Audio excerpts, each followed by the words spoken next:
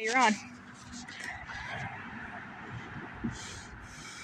Well, I would say I have a light and sweet and innocent poem for everybody, but you know that's a load of crap. I mean, do you even have poems like that? Do you have any like fluffy poems? Somewhere. Like where? I've never heard I them. don't know. I'll have to dig them out of the archives. So, all right. Well, I'll do two originals and then I'll do a cover, and then I got some other ones I'll do a little bit later. But this one's called "The Prettiest Woman I Ever Knew." When the clock turns to 12:39 a.m. and I'm burned out on arguments that go nowhere, I think back to her, strutting with a misty menthol light 120 and swinging a handle of rusky rot gut.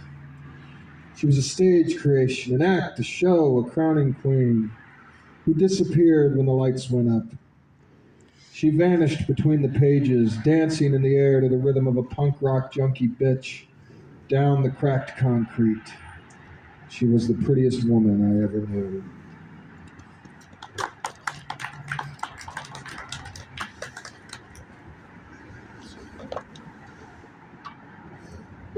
Well, I guess this one here, it's not really fluffy, but yeah, this one's kind of sweet.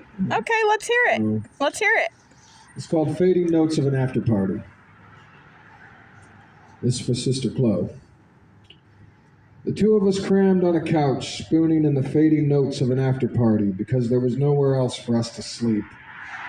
I was exhaling cheap wine and whiskey fumes with an old friend lying right up next to me, exhaling the same. An old friend lying right up against me. We had stood on the picket lines and the bar lines. We had seen heaven and hell. And we were passing out together, crammed on a couch because there was nowhere else for us to sleep.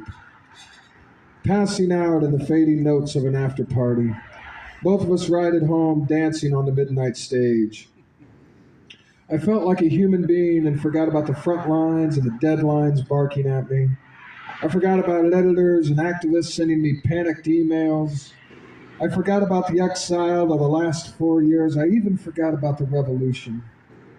I forgot everything and breathed as a human being of flesh and blood, passing out with an old friend lying up against me. Oh. Then I'll do a cover and then somebody else can come up here. And by the way, I just have to say, I really dig your hat. You know, tax the rich. It's a very nice statement. I'm a little bit more hardcore. I say compost the rich, but you're on the right path. I'm sorry. I meant to do that last week, but you left. All right. So like I said, I'll do a cover. This is a poem by Pablo Picasso. I know most people know him more as a visual artist, but he did write some poetry. And this is one of his. This is called 9159 Part 2.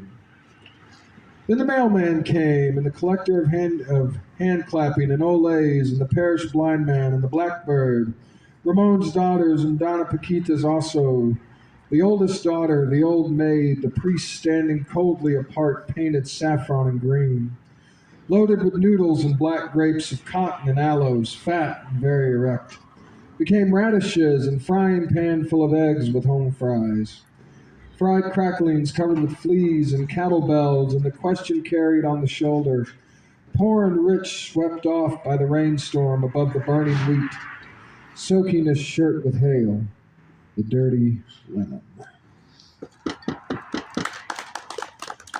There you go, the poetry of Pablo Picasso.